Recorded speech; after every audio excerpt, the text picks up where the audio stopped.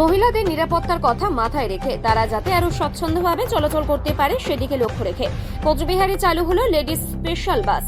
উত্তরবঙ্গ রাষ্ট্রীয় পরিবহনের উদ্যোগে এই পরিষেবা চালু হলো।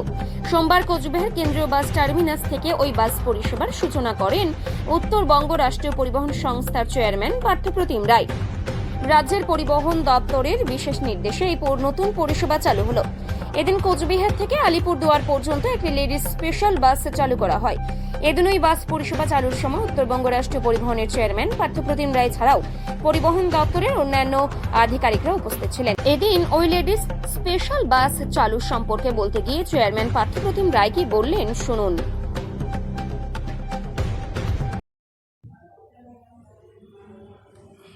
মাননীয় মুখ্যমন্ত্রী মমতা বন্দ্যোপাধ্যায়ের অনুপ্রেরণায় এবং পশ্চিমবঙ্গ সরকারের মাননীয় পরিবহন মন্ত্রী স্নেহাশিস চক্রবর্তীর গাইডেন্সে আমরা উত্তরবঙ্গ রাষ্ট্রীয় পরিবহন নিগম গত সেপ্টেম্বর মাসে বোর্ড মিটিংয়ে লেডিস স্পেশাল চালু করার সিদ্ধান্ত গ্রহণ করেছি।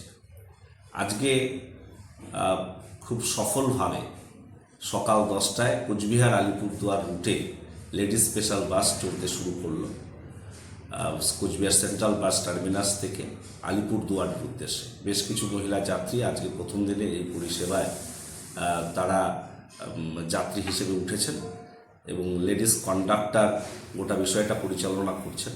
তো স্বাভাবিকভাবে আমরা অত্যন্ত খুশি যে আমরা এই লেডিস স্পেশাল বাস পরিষেবা চালু করতে পারলাম এবং আগামী দিনে আমরা ধাপে ধাপে কোচবিহার দিনহাটা রুট এবং আলিপুরদুয়ার জলপাইগুড়ি শিলিগুড়ি রুটে আমরা এই পরিষেবা চালু করব। আপনাদের সকলের সহযোগিতা আমরা কামনা করছি এবং বিশেষ করে আমরা মনে করি যে মহিলা নিরাপত্তা এবং সার্বিকভাবে মহিলাদের যাত্রী স্বাচ্ছন্দ্য তাদের জন্যেই এই উদ্যোগ আমরা গ্রহণ করেছি।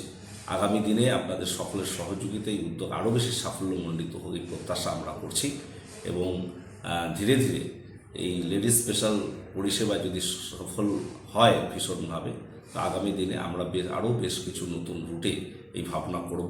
ভবিষ্যতে কখনো সুযোগ হলে আরও লেডিস কন্ডাক্টর নেওয়ার উদ্যোগ আমরা নিশ্চিতভাবে গ্রহণ করব।